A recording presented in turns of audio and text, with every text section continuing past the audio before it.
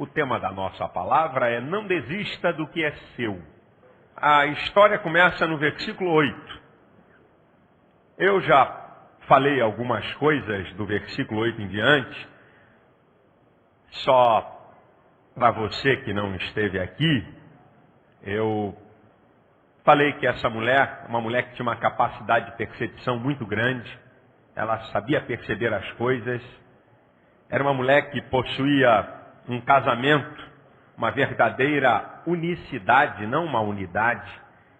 Unidade é duas coisas que se juntam, unicidade é duas coisas que se fundem.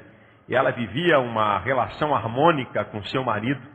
Era uma mulher que sabia fazer o bem. E também aprendemos que o profeta Eliseu era um homem que aprendeu a ser grato. Um homem que reconheceu o que a mulher fez por ele, dando-lhe comida, dando-lhe cama, não é? Dando-lhe uma proteção, uma bênção quando ele passava por aquele lugar. Também falamos aqui que essa mulher, mesmo tendo construído um quarto na sua propriedade, quando o profeta a chama para poder ser grato a ela não passa da porta, porque ela reconhece o espaço vital do outro. Porque tem muita gente que pensa que faz o bem a uma pessoa, ele pode violar, não é? Fazer violação da intimidade das pessoas só porque ajuda. Isso acontece muitas vezes com famílias. O pai ou a mãe que ajuda um filho pensa que tem direito de meter o bedelho na vida do filho, de interferir na vida da filha. E essa mulher nos ensina que ela, por mais que ela fizesse pelo profeta, fez um quarto, botou cama, botou mesa, botou cadeira, deu pão, deu alimento, mas ela sabia que era direito dele, né, a sua intimidade, o seu espaço vital. E eu queria mostrar uma outra coisa da vida dessa mulher, que até ontem na TV eu falei, e que eu queria daqui para frente, então, a gente verificar algumas características e tirarmos lições para a nossa vida diária. Essa mulher, o profeta, depois que faz uma verificação na vida dessa mulher, é uma mulher rica, não precisava de nada, e o profeta inste, né, em saber se havia alguma necessidade. Geazi, o assistente do profeta, o auxiliar do profeta, diz assim: olha, ela é uma mulher estéril e o seu marido já é velho. E aí o profeta, o homem de Deus, declara uma palavra para ela e diz assim: olha, você vai ter um filho. Ela até pediu o profeta: olha, por favor, profeta, não fale uma coisa dessa. Mas o profeta Eliseu, um homem de Deus, e a palavra de um homem de Deus tem valor. O Senhor então cumpriu aquela palavra, nasce o filho. Um certo dia, um belo dia, aquele filho adoece e morre. E eu quero pegar daqui para frente. O que você faz quando o caos, quando a adversidade, quando o impossível bate na sua porta? Quais são as suas atitudes? Quais são as suas reações diante das grandes adversidades e das lutas da vida? Diante das grandes tribulações ou até mesmo diante das impossibilidades que todos nós estamos sujeitos? Eu gostaria de ler, e a gente vai tirar algumas lições aqui especiais, muito interessantes, do versículo 20 até a primeira parte do versículo 25 de 2 Reis, capítulo 4. Versículo 20 em diante. E ele o tomou e levou a sua mãe, e esteve sobre os seus joelhos até o meio-dia e morreu. E subiu ela e o deitou sobre a cama do homem de Deus, e fechou sobre ele a porta e saiu. E chamou o seu marido e disse: manda-me já um dos moços e uma das jumentas, para que eu corra ao homem de Deus e volte. E disse ele: por que vais a ele hoje? Não é lua nova, não é sábado. E ela disse: tudo vai bem. Então arrumou a jumenta e disse a seu moço: guia e anda, e não te detenhas no caminhar, senão quando eu te disser. Partiu ela, pois, e veio ao homem de Deus ao Monte Carmelo.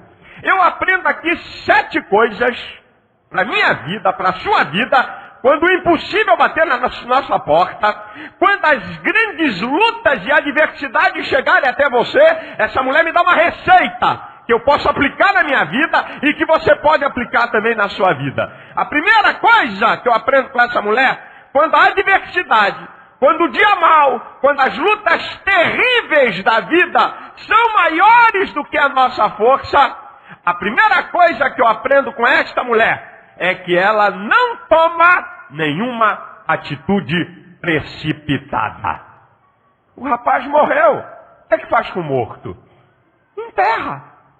Ela não enterrou, não. Colocou no quarto do profeta, trancou. Ela disse, espera aí, eu não vou enterrar agora, não. O que tinha acontecido? O impossível. Morte. Só Deus pode dar jeito na morte. Não tem solução. Não tem possibilidade humana para a morte. Eu aprendo então, a primeira lição com essa mulher é que você, na hora do impossível, na hora da grande adversidade, na hora da dificuldade, aguenta firme, meu irmão. Não tome atitudes precipitadas. A segunda coisa que eu aprendo aqui com essa mulher é que quando a adversidade, quando a luta, quando o dia mau chegar, quando a coisa estiver fora do seu limite e do seu alcance, você precisa tomar a atitude certa. E sabe qual foi a atitude certa dessa mulher? Pediu ajuda. Não adianta você ficar trancado, chorando, sofrendo sozinho, quando a adversidade é maior do que você, quando a luta é maior do que as suas forças. Essa mulher, ela pede ajuda. Ela não fica quieta. Chamou a seu marido e disse, manda-me já um dos moços e uma das jumentas, para que eu corra ao homem de Deus e volte. Quando houve aquele decreto, quando Daniel estava no império da Babilônia, e houve o edito que os sábios iam ser mortos, sabe o que Daniel fez? Reuniu seus amigos, Sadraque, Mesaque e Abednego. Vamos orar. Querido, quando o impossível bater na sua porta, quando a adversidade for maior do que você, não tome atitude precipitada, mas tome uma atitude certa. Essa ajuda. Fale com o irmão. Conte para o pastor. Conte para os irmãos. Essa ajuda, meu filho. Não adianta você ficar com essa cara de machão aí sofrendo, porque não vai dar certo. Porque você está no limite. Você não tem como resolver. A tua força é menor do que a luta. A tua força é menor do que o problema. Essa ajuda. Terceira coisa que eu aprendo aqui com essa mulher, que eu acho interessantíssima, é que esta mulher, ela verifica todas as possibilidades que estão a seu dispor para resolver o problema. Ela analisa todas as possibilidades. Coloca o filho morto no quarto, chama o marido, pede para o marido trazer lá um burrico, trazer lá uma jumenta e trazer um rapaz, porque nessa situação isso está fora do meu controle, isto está acima da minha capacidade, então, como eu não posso resolver, ela verifica possibilidades, ela verifica todas as coisas e ela chega à conclusão: o melhor é ir ao homem de Deus. Quando o impossível bater na sua porta, quando a luta for maior do que você, verifique todas as possibilidades, analise tudo, veja se tem alguma saída, veja se você pode tomar uma posição, faça isso, meu querido. Em quarto lugar, sabe o que eu aprendo com essa mulher? É que na hora do impossível na nossa porta, na hora que a luta é grande, você precisa ter fé. Ninguém bota um morto num quarto e fecha a porta se não crê, meu irmão. Ninguém vai atrás de um profeta se não crê na possibilidade de Deus operar um milagre. Se o impossível bater na sua porta, se a luta é maior do que você, creia! Deus pode. Deus faz. Deus realiza. Creia, meu irmão! Creia! Esta é a vitória que vence o mundo, a nossa fé. Ela creu. Em quinto lugar, sabe o que é que eu verifico nessa mulher? Que eu acho muito interessante, é que ela diz aqui no versículo 23, e disse ele, por que vais a ele hoje? Não é lua nova, nem sábado. E ela disse, tudo vai bem. O marido diz, não é dia de sábado para cultuar a Deus, não é dia de festa. Por que essa mulher está querendo ir até o profeta? E a mulher então, ela tem uma quinta característica que a gente precisa aprender na hora da luta, da dificuldade, da adversidade, da tribulação. Ela é uma mulher sábia. Ela é uma mulher sábia. O marido, por que você? Ele desconfiou de alguma coisa. Ele falou, por que essa mulher está saindo para culto hoje? Não, hoje não é dia de culto. Não tem festa. Vai tudo bem. Eu aprendo em quinto lugar que a gente precisa usar de sabedoria, gente. Nós precisamos ser sábios na hora da crise. Porque se você não for sábio na hora da crise, você pode complicar a situação mais ainda. Seja sábio. Você tem que usar a inteligência, a sabedoria que Deus te deu, para poder analisar os procedimentos e ver. Será que está na hora de falar? Será que é hora de eu abrir a minha boca? Ou será que é a hora de eu esperar mais um pouquinho? Quem sabe você está vivendo uma grande luta. Será que está na hora de você falar? Ou será que está na hora de você ficar quieto ainda? Ou será que está na hora de você tranquilizar as pessoas? Porque tem gente que incendeia. A pessoa entra em desespero, incendeia. Sabe? Ela não controla. Ela deixa as outras desesperadas ainda. Imagina se essa mulher está gritando, está berrando, está chorando. E o homem ia ficar doido. Ela disse, está tudo bem. Ainda não está na hora de contar. Está tudo bem. Sabe? Teve uma irmã que deu uma notícia para uma outra aqui sobre a irmã Maria, quase que matou a outra. Foi internada no hospital, irmã. Sabe? Não foi sábia para dar a notícia. Falou esse negócio de que um passa para o outro, um fala para o outro. Daqui a pouco diz que o elefante está voando. Já sabe? Esse negócio, né? Da formiga andando, daqui a pouco o camarada, quando chega no 20º, o elefante está voando. Então, a irmã Maria está em estado grave, está não sei o que. Meu Deus, sabe? Tem a hora de saber falar. Tem a hora de chegar. A gente tem que usar a sabedoria. Se você está vivendo uma crise, seja sábio. Não adianta entrar em desespero. Não adianta perder o equilíbrio emocional. Use a tua inteligência. Para poder controlar a situação, controlar a família, controlar o caos. Em sexto lugar, sabe o que eu aprendo com essa mulher? Então, versículo 24. Arrumou a jumenta e disse a seu moço, guia e anda e não te detenhas no caminho, senão quando eu te disser. Ela só estava a 40 quilômetros de distância, só isso só, do Carmelo. 40 quilômetros de distância com uma subida louca, que o Carmelo é altíssimo, é um dos pontos mais altos de Israel. Ela estava a 40 quilômetros de distância e, meu irmão, num burrico, meu irmão, num jumento que trota, né? Que a pessoa vai pulando. Né? Jumento, né? O cavalo, né? Se você empreender velocidade no cavalo, né? Ele vai cavalgando, aí ele fica macio quando ele faz isso. Né? Quem já andou aqui de cavalo, a primeira vez que eu andei de cavalo, não sabia disso. E também primeiro com medo danado, né? De andar no cavalo. Aí eu fui andar devagar. Ah, meu Deus do céu. Eu fui andar devagar, o bicho andando assim. Eu assim, ó. Rapaz, isso dói, isso machuca pra caramba. Quando o cavalo tá trotando, né? Né, pastor? Eu sou que era lá da roça. Isso é terrível, né? Agora, aí veio um camarada, né? E ele falou, segura aí, Malafaia! Agarra! Aí eu agarrei, o cara deu uma chibatada no cavalo.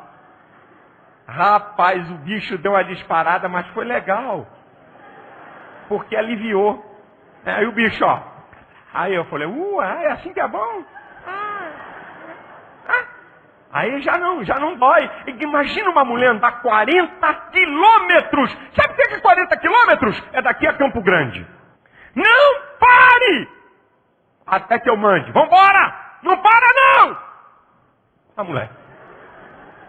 Você já parou para pensar? Sabe o que eu aprendo? Na adversidade, na luta, no dia mau? Te prepare que você vai ter que empregar um grande esforço. Sabe, meu irmão? Não adianta ficar choramingando, não. Ai, meu Deus. Não vai resolver nada. Te prepara. Você vai ter que empregar uma energia maior do que você está acostumado. Você vai ter que dar tudo de si. Na hora que a adversidade chegar, na hora que o impossível bater na tua porta, te prepara. Se você ficar quietinho, é como diz Provérbios, se te mostrares frouxo no dia da angústia, a tua força será pequena. Se você se entregar à luta e à adversidade, ela te engole. Se você abaixar a cabeça e desanimar, você não vai vencer. Mas quando a adversidade chegar, quando a luta chegar, quando o dia mau chegar, te prepare. Você vai ter que fazer um grande esforço se você quiser a vitória. E em sétimo lugar, sabe o que eu aprendo com essa mulher? Diz aqui: partiu ela, pois, e veio ao homem de Deus ao Monte Carmelo. O que é o Carmelo, irmão? Carmelo é o lugar onde a glória de Deus se manifestou. Carmelo é o lugar onde o fogo de Deus desceu. Carmelo é o lugar onde a presença de Deus abalou. Ela foi ao lugar da presença de Deus. Ela foi ao lugar certo. Querido, quando o impossível bater na tua porta, quando a adversidade for grande, quando a luta for grande, venha ao lugar certo. Aqui é o Carmelo de Deus. Aqui é o lugar da glória de Deus. Aqui é o lugar da presença de Deus. Ana, quando ela teve dificuldade, aquela mulher da Bíblia, ela foi ao templo, ela foi chorar, ela foi orar. O salmista, no Salmo 73, quando ele não estava entendendo porque o ímpio prosperava e ele era justo e estava debaixo de tribulação, diz lá: então entrei no templo. Olha, o templo simboliza, é uma linguagem simbólica, figurada. Aqui é o Carmelo de Deus, aqui é o lugar da glória de Deus, aqui é o lugar da resposta de Deus, aqui é o lugar do milagre de Deus. Vem ao lugar certo.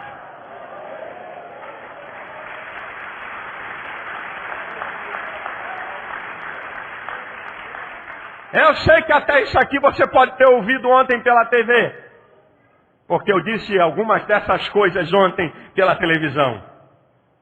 Mas agora, veja que coisa linda. O final do versículo 25 diz assim: e sucedeu que, vendo o homem de Deus de longe, disse a Geazi, seu moço: eis aí a sunamita. Agora, pois, corre-lhe ao encontro e diz-lhe: vai bem contigo? Vai bem com teu marido? Vai bem com teu filho? E ela disse: vai bem. O profeta chega para o seu assistente e diz assim: eu estou vendo a sunamita lá. O assistente não viu nada. O homem de Deus vê sempre mais longe. É isso que muito crente não entende. Eu sou feito do mesmo material que você, tenho deficiências em algumas áreas mais do que você, em outras áreas você tem mais do que eu.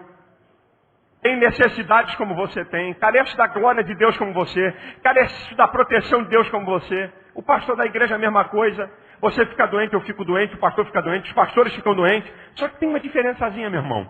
É que quando Deus reveste alguém da sua unção e da sua autoridade, é isso que é a diferença. Ah, porque o pastor falou, eu também vou falar. O pastor fala, o ungido de Deus fala aqui uma coisa, que se o outro for falar, o povo diz assim: você não. Ele pode falar, mas você não. Porque há um revestimento de autoridade. Há uma autoridade sobre a vida de um pastor, há uma autoridade sobre a vida de um homem chamado por Deus. Isso é um engano de muita gente. Ah, porque o pastor fala, eu também vou falar. O pastor pode, o povo diz assim: esse aí pode falar, mas aquele ali não pode falar. Ah, porque o pastor de vez em quando chega no púlpito e dá uma bronca. Aí um dia o pastor convida um diácono para dar uma palavra aqui. Ele diz: o pastor deu uma bronca, eu também vou dar uma bronca. O povo diz assim: você não. Você não. Ele pode, você não pode. E a pessoa tem que entender isso. Revestimento de autoridade, quem faz isso é Deus. É Deus que dá autoridade, meu irmão. Por isso que não é um bom negócio.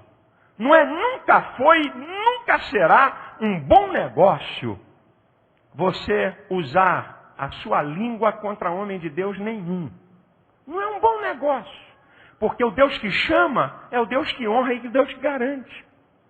Agora, o que eu acho bonito aqui é que o profeta diz, pergunta a ela: está tudo bem contigo? Vai tudo bem com teu marido? Vai tudo bem com teu filho? Aqui as características de um homem de Deus. Um verdadeiro homem de Deus está preocupado com o teu bem-estar de maneira geral. O verdadeiro homem de Deus está preocupado com como é que está a tua vida, como é que está você, como é que está a tua família. Esse é o nosso interesse. Nós não estamos aqui olhando para você pelo tamanho do teu dízimo, pelo tamanho da tua oferta, ou quanto você dá. Você é muito importante. O seu bem-estar é muito importante para a igreja. Agora tem uma meia dúzia de pilantra aí, com título de pastor, que só está de zoio no que o cara tem. Sabe? É o que ele tem. E tem uma meia dúzia de profeta de meia tigela também, que eu sei. Eu milito na área há muitos anos. Tem uma escola, que é a minha igreja. Meu pai, que é crente há mais de 60 anos. E tem uns vagabundos, uns vigaristas safados, que quando ele descobre que um crente tem alguma posse, ele cola. Cola para tomar. Sabe? Cola para se beneficiar. Aí ele fica negociando profecia. Meu servo, esse que eu tenho uma mensagem para ti, mas será dada em 30 dias. Eu começo no almoço, no outro dia no jantar, no outro dia no almoço, no outro dia no jantar, aí ele cola. Aí um dia ele chega lá com a cara de bobo, com o sapato furado, com a calça toda ruim, para a situação. Aí o irmão está tão emocionado e toma. Ih, rapaz, eu não vou nem contar a história aqui que eu já ouvi, que dá até para arrepiar, sabe? Camarada que ganhou carro, camarada que ganhou roupa, camarada que festa dinheiro, sabe? Obreiro de ventre. O verdadeiro homem de Deus está preocupado com o teu bem-estar. Está tudo bem com você, está tudo bem com a tua família, está tudo bem com o teu filho. Nós queremos o teu bem-estar. Agora a mulher é muito inteligente, essa mulher, meu irmão. Essa mulher inteligente assim lá longe. Quando Jesus chega e diz para ela, vai tudo bem contigo, vai tudo bem com teu marido, vai tudo bem com teu filho, vai tudo bem. Jesus, quem é você para me ficar contando a tua vida? A minha vida para você? Quem é você? Você não resolve nada. Você não resolve patavina nenhuma. Eu vou ficar dando detalhe da minha vida para você. Irmão, se manca, irmão. Que negócio é de você ficar contando a tua vida para todo mundo? Tudo que é detalhe para todo mundo. Vai resolver o problema? Não vai. Não tem autoridade para resolver. Para que entrar em detalhe? A pessoa tem autoridade de Deus? Não tem. Então fica quieto. Tá tudo bem? Tá tudo bem. Paz de Cristo, aleluia, glória a Deus. Ora por mim, que eu estou orando por você. Ai, irmão, tá pecador, não sabe, meu marido! Eu vou contar pro irmão como é que meu marido me trata na intimidade. Toma jeito, minha gente. Pega leve. A pessoa está entrando na igreja.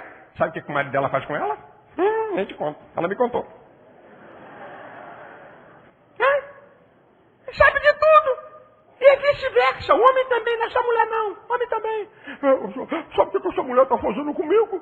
Já me botou 4 galhos na cabeça. 4.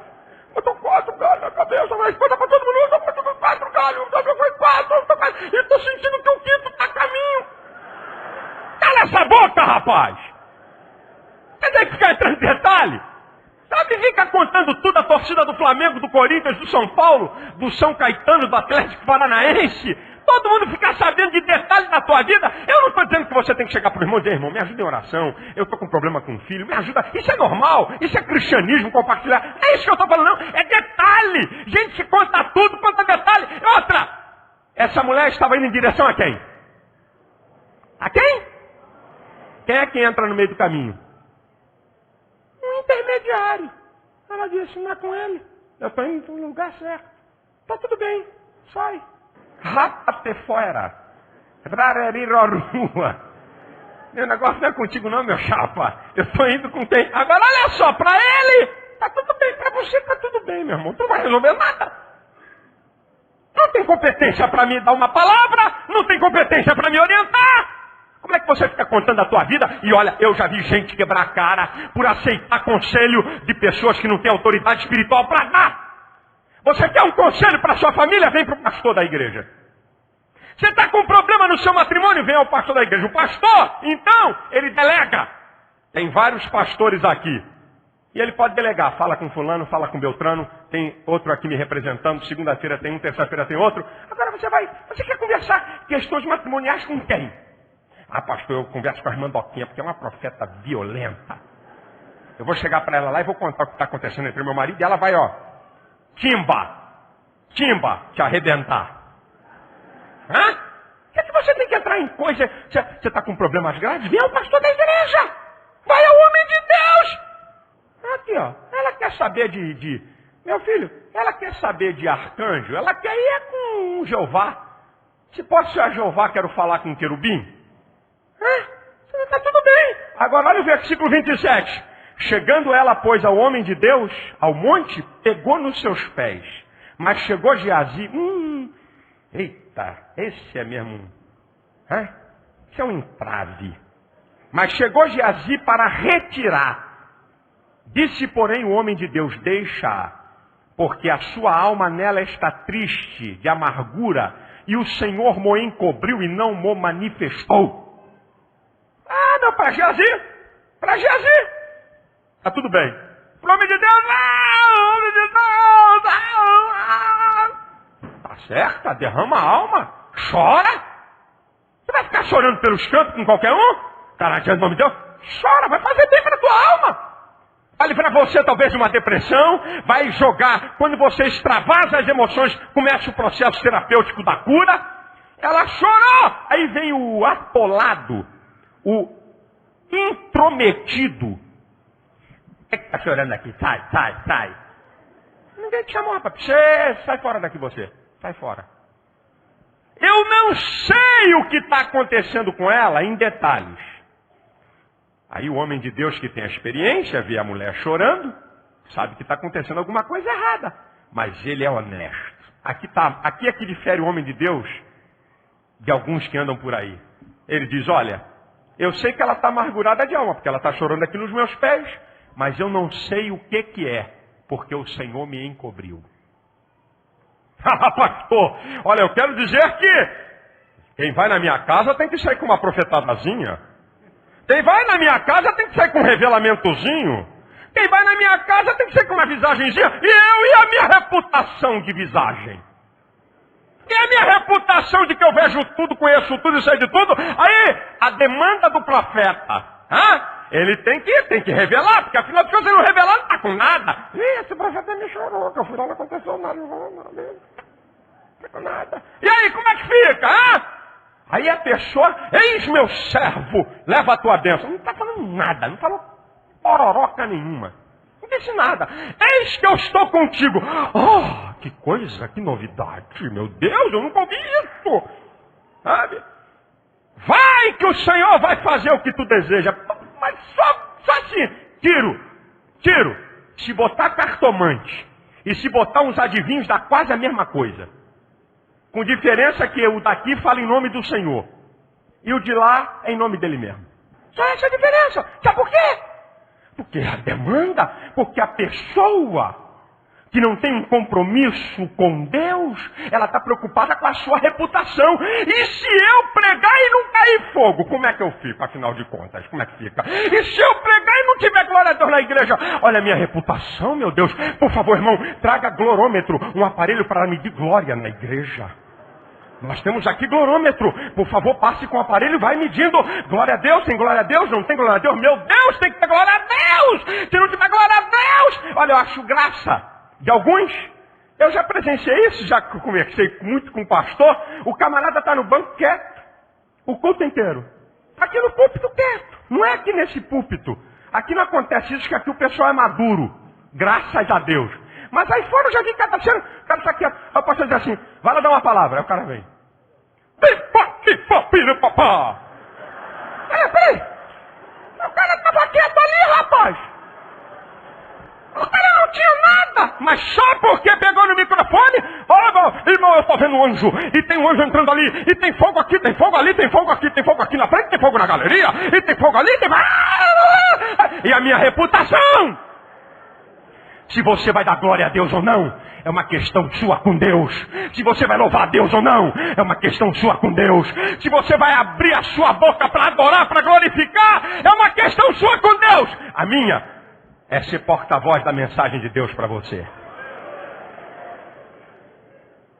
Tem que inventar, rapaz. Ibope, afinal, por favor, chama o Datafolha, chama o Ibope para medir lá fora. Irmãos, a mensagem boa, maravilhosa, Espetacular, sensacional. Mais ou menos ou ruim, por favor, com a sua nota. Pastor, olha aqui, ó, hoje o negócio tá bom pra você não. Melhora para a semana que vem. Profeta? E esse profeta aqui não, irmão. Esse profeta aqui não é brincadeira, não. Ele chegou para um rei que mandou presente, mandou tudo e disse assim: avisa ele que ele vai morrer. É só você ler mais aqui adiante. Mandou presente para ele, mandou um monte de coisa, disse assim: avisa ele que ele vai morrer. Vai morrer! E morreu. O outro, chega o general cheio de coisa. Antes dessa história, é antes ou depois? É depois, no 5. O general, ele nem sai de dentro da casa. Manda esse general aí se banhar num riozinho sujo que tem ali na frente. Manda ele dar 7 mergulhos ali, num rio barrento ali na frente. O cara pensou que o profeta ia sair: ó, general, que tens para mim? Ouro, prata? Pegou a gente assim: manda esse cara se banhar ali, não quis nem dar pelota, que ele é homem de Deus.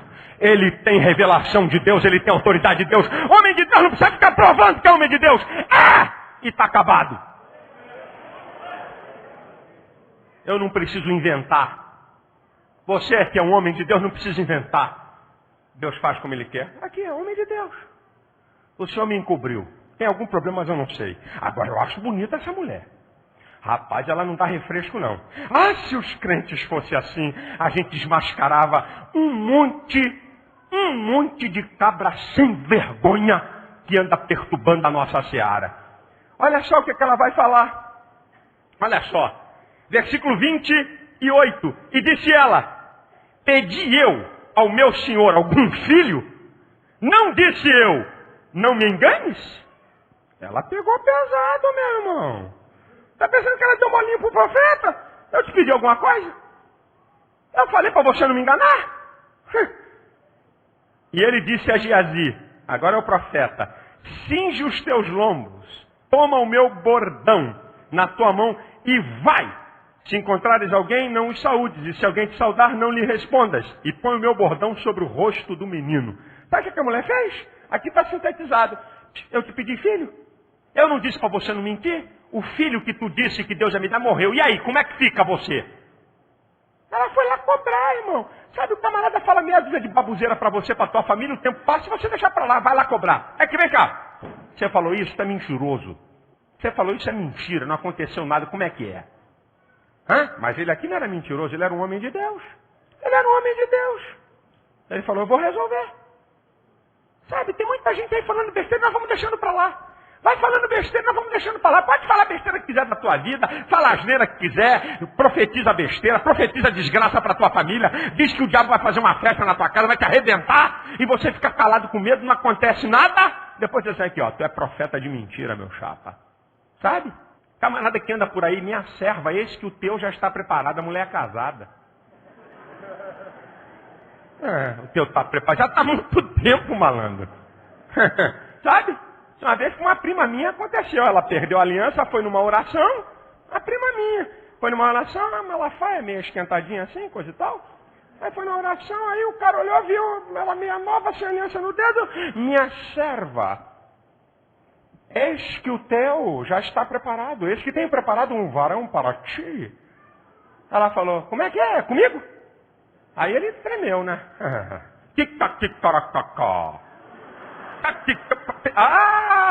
Ela pá, zolhão em cima dele. O que foi? Você está falando comigo? Assim, que vez, eu sou casada, sou mãe de filho, que conversa é essa, meu chapa? Se fizesse isso, irmão, evitava de um monte de farsante no nosso meio. Sabe? Que vem penetrando na maior da malandragem, a gente fica quieto vendo. A gente fica quieto por nada, porque aqui eles não vêm, né? Eles têm juízo, né, irmãozinho? Vem cá, vem pra cá pra nossa searazinha, vem, queridinho. Vem cá fazer bobagem pra ver o que a gente cuida bonitinho, né? Uma vez o pastor Santos estava pregando lá na igreja antiga. Pregando não, dirigindo o culto. Lá no templo antigo, ainda estávamos lá. Aí o pastor Pai tinha uma irmã alegre que nem Jesus sabia. Mas alegre. Eu falei: ih, pastor, tá ensaiando, hein? Vai vir uma aí. Aí lá na hora que o pastor está dirigindo o culto, no meio da história, ela: meu servo. Aí o pastor parou. Vamos ouvir, a gente tem que ouvir para saber. Meu servo, eis que tenho te contemplado, as tuas lutas, e para papá até aí, tudo bem, o pastor está assim olhando. O pastor Santo está assim, ó. Pô, sabe? Eis que eu tenho as tuas lutas, as tuas tribulações, eis que eu tenho te contemplado lá no teu gabinete. Quanta falta de ar tu tem sentido? Ah, pastor, o quê? O quê? Vai essa mulher calar a boca aí. Por quê? Nós acreditamos que Deus fala. Nós sabemos que Deus fala. Nós acreditamos que Deus usa pessoas. Mas nós temos que ter um compromisso com a verdade da palavra de Deus. Eu acredito, Deus fala, nós somos pentecostais. Acreditamos em profecia, acreditamos em revelação, acreditamos em visões, acreditamos que Deus faz isso. Eu tenho visto Deus fazer isso. Agora, lamentavelmente, muitas vezes a sua fé é bombardeada por coisas falsas. E muitas vezes a culpa é sua. Porque você vai procurar. Porque você quer caminhos de facilidade. Porque é muito mais fácil você ouvir qualquer coisa do que dobrar teu joelho no chão e jejuar e clamar a Deus por uma resposta. E aí o povo muitas vezes é que vai procurar isso. Sabe? Ela apertou. Aí o profeta entrega o seu bordão ao assistente. Corre lá, meu chapa! Agora veja que mulher tremenda. Versículo 30. Porém disse a mãe do menino: vive o Senhor e vive a tua alma, que não te hei de deixar. Então ele se levantou e seguiu. Então, sei lá, você pode mandar teu assistente na frente, mas só sai daqui com você, viu? Eu sei que a autoridade de Deus está na sua vida. Tem gente que é levada por qualquer camarada, qualquer besteira, qualquer bobagem. Qualquer um que chegue na igreja. Aqui não acontece isso. Louvado seja o nome do Senhor, dada a maturidade do povo dessa igreja. Mas, meu irmão, eu já vi igreja ser dividida, repartida, retalhada, triturada. Chega um aventureiro assim e arrasta, e vai um monte de gente atrás de um homem de Deus, o pastor sério, o homem que Deus levantou. O povo não tem experiência, não tem discernimento, não sabe codificar, e qualquer um que vem, leva. Qualquer obreiro novato e tal, porque fala bonito, porque não sei o quê, porque é eloquente, porque tem carisma, porque não sei o que mais, papapá, e tal. Aí o povo fica emocionado, o cara vai lá e arrasta. Você precisa discernir as coisas. Essa mulher sabia discernir as coisas. Diz assim: esse aqui é o homem de Deus. Você eu não deixo. Porque eu sei que você tem autoridade na sua vida. O outro é aventureiro. Até isso você precisa entender, meu irmão. Qualquer um que chega e vai te levando, forma um grupinho e consegue te manipular e te arrasta para qualquer canto. Que negócio é esse? Você tem que ter discernimento espiritual para entender o que é um homem de Deus e não. Sabe? Para você não ficar sendo levado por qualquer conversa. Hã? Aí vai o Geazi. Geazi passou adiante dele, expôs o bordão sobre o rosto do menino. Versículo 31. Porém não havia nele voz nem sentido. Voltou a encontrar-se com ele, lhe trouxe aviso dizendo: não despertou o menino. Olha, só acontece com quem Deus reveste. Você pode usar tudo do outro. Eu vou pregar igual a fulano, eu vou orar igual a Beltrano, eu vou querer ser igual o pastor José Santos. Não adianta, meu filho, você vai querer ser, não adianta. Isso não é querer ser. É Deus que dá. Eliseu, você tem autoridade. Geazi, você não tem. Você foi feito para ajudar. Você não foi feito para estar na frente. Você foi feito para cooperar. Mas você não foi feito para liderar. Você foi feito para poder dar ajuda e sustento a quem está na frente. Mas você não foi feito para estar na frente. Geazi não entendia isso. Sabe? E até o profeta de vez em quando se engana também. Porque ele fica no afã de resolver. Ali, vai lá com o meu bordão. Vai lá. Não, o bordão na mão de Geazi não adianta. Só funciona na mão de quem Deus dá autoridade, irmão. Não funciona, não adianta. Estava com o bordão do profeta, mas não funcionou. O garoto continuou morto. Sabe por quê? Porque não é o bordão, é a autoridade na vida da pessoa. Aí chega Geazi. Aí chega Eliseu. Chegando Eliseu àquela casa, versículo 32. Eis que o menino jazia morto sobre a cama. Então entrou ele, fechou a porta sobre eles ambos e orou ao Senhor. Aí vem contando a história, eu vou dar um pulinho. Aí você chega aqui no versículo 36. Então chamou a Geazi e disse: chama essa sunamita. Chamou-a e veio a ele. E disse ele: toma o teu filho. E veio ela, se prostrou a seus pés e se inclinou à terra e tornou o seu filho e saiu. Sabe, o profeta foi e deitou em cima do garoto, é os textos que eu não li, colocou a boca com a boca do menino, o corpo sobre o corpo, orou sobre ele, e Deus trouxe aquele garoto à vida. Porque a palavra de um homem de Deus tem valor. Porque Deus honra aquele que ele chama. Agora, sabe por que eu quero dar o nome? Porque eu disse que o tema dessa palavra é: não desista do que é seu. Porque se eu tenho que dar o nome para essa mensagem é isso: a mulher que não desistiu do que era seu. O que é que você está desistindo e que Deus te deu? Você está desistindo do teu marido, filha? Você está desistindo do teu esposo? Você está desistindo desse filho por tanto problema que ele tem arrumado para você? Você está desistindo dessa filha que está cometendo coisas loucas? Você está desistindo da tua família? O que é que você está desistindo e que é seu? Deus está falando com algumas pessoas aqui essa noite. O que é que você está desistindo? Foi Deus que te deu? Não foi Deus que te deu? Não foi comprovado que foi Deus que te deu? Não foi Deus que abriu a porta? Não foi Deus que abençoou? E por causa da primeira luta, da primeira adversidade, você está desistindo? Deus está mandando dizer para você, querido, que aquilo que é seu, ninguém pode tomar. Deus está dizendo para você, querido, se alguém tomou alguma coisa que é sua, Deus tem poder de fazer restituir a sua mão, de trazer de novo para você. O que é que você está desistindo? O que é que levaram que é seu? Eu quero te dar aqui 4 razões para você não desistir. Sabe por que você não deve desistir do que é seu? Ah, pastor, eu vou entregar os pontos, não dá mais, já era.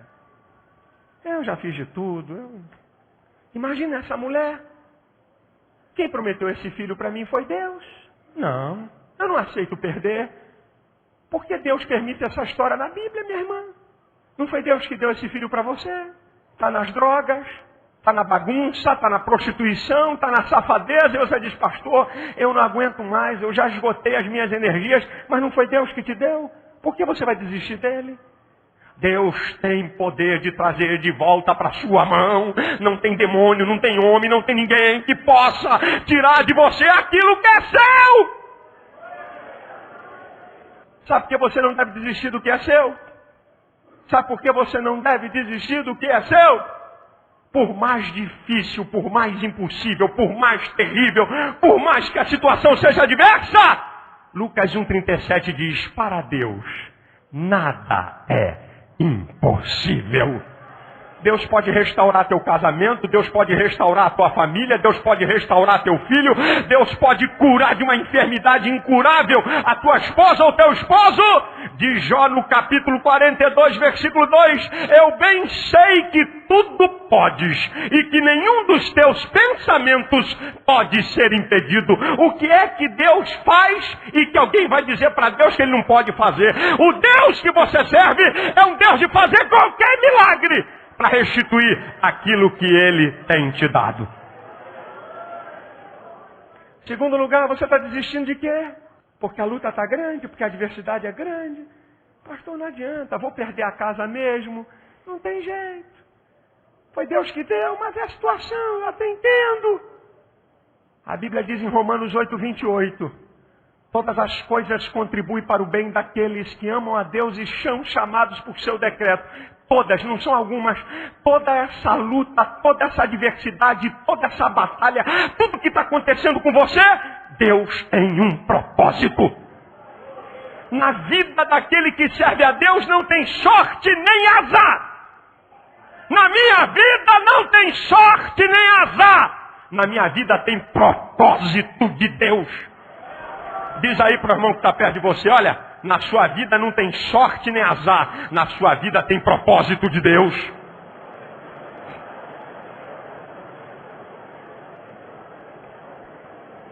Sabe por que você não deve desistir? Sabe por que você não deve desistir? Porque a palavra final pertence a Deus. A última palavra é dele. Ele já deu a última palavra. Se ele já deu, então, ok, já está resolvido o problema. Ele não deu, então espere, ele vai dar. Porque quem tem a última palavra na nossa vida é Deus. A última palavra pertence a Ele. Não desista, meu irmão. A última palavra pertence a Deus. E quando Deus fala. O Salmo 33, versículo 9 diz assim: falou e tudo se fez. Mandou e logo tudo apareceu. Olha que poder na palavra de Deus. Hebreus capítulo 1, versículo 3 diz assim: sustentando todas as coisas pela palavra do seu poder. Olha que autoridade é a palavra de Deus. Lembra do centurião em Mateus capítulo 8? Senhor, basta uma palavra tua e o meu servo vai ser sarado. Tu não precisa entrar na minha casa. Uma palavra rema, uma palavra de poder, uma palavra liberada por Deus muda a sua história. Uma palavra! Deus deu a última palavra, não? Então não desista. O Salmo 46, versículos 6 e 7 diz: as nações se embraveceram, os reinos se moveram, ele levantou a sua voz e a terra se derreteu. Olha que coisa linda, quando Deus fala, todas as coisas se submetem à sua palavra. A coisa pode estar muito complicada na sua vida, o impossível bateu na sua porta, mas Deus só vai dizer para você: não desista! A última palavra pertence a Deus. Sabe por que você não deve desistir? Sabe por que você não deve desistir, querido? Escute o que eu vou te dizer que é profético para a sua vida. A história ainda não chegou no final. Tem promessas de Deus para serem cumpridas. E sabe o que eu vou declarar para você? Você talvez nem entenda. Mas escute que é uma palavra profética para algumas pessoas que estão aqui essa noite. Está começando. Essa luta não é o final. Essa luta não é o término da tua carreira. Essa luta não é o final para a sua vida cristã. Está começando. Está começando Deus mover sobre você. Você vai ver o milagre de Deus. Você vai ver a bênção de Deus. Você vai ver a mão de Deus. Você vai ver o poder de Deus. Porque Deus é fiel.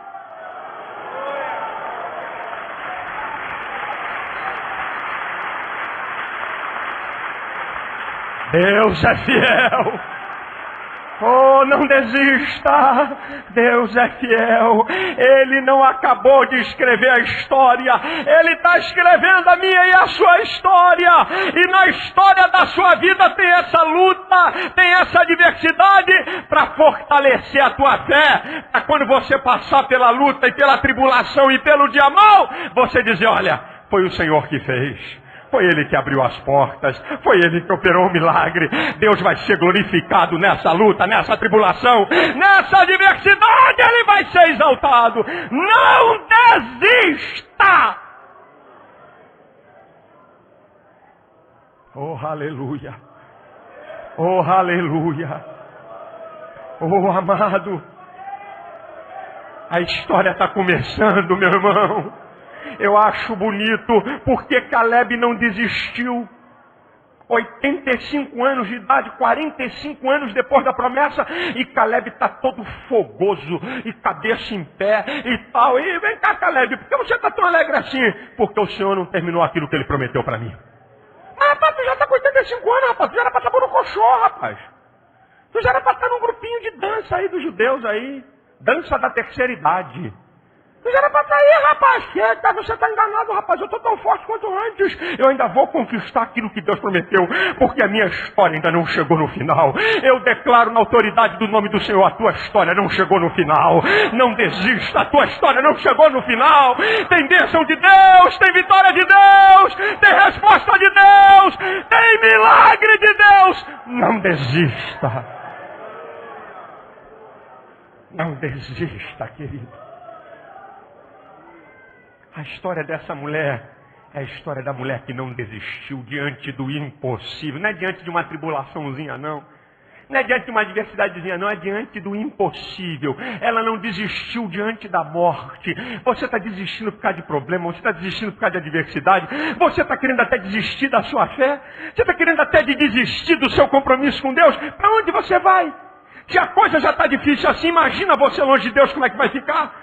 Se o negócio já está feio assim, imagina se você acabar e desistir da sua caminhada. Deus está dizendo para você, não desista. Eu estou no controle. Nada acontece na nossa vida sem que Deus permita, meu irmão. A tribulação na minha vida, a luta na minha vida, Deus está no controle. Ele está no controle da humanidade, Ele está no controle do universo. O nosso Deus está no controle. Ele controla todas as coisas. Deus está no controle da tua vida, meu irmão. Acredite nisso, Deus está controlando a sua vida. Mas pastor, a coisa está feia. Aguenta mais um pouco que você vai ver o bem do Senhor. Você vai ver a porta aberta. Você vai ver o milagre de Deus. Não desista. A igreja de pé, por favor.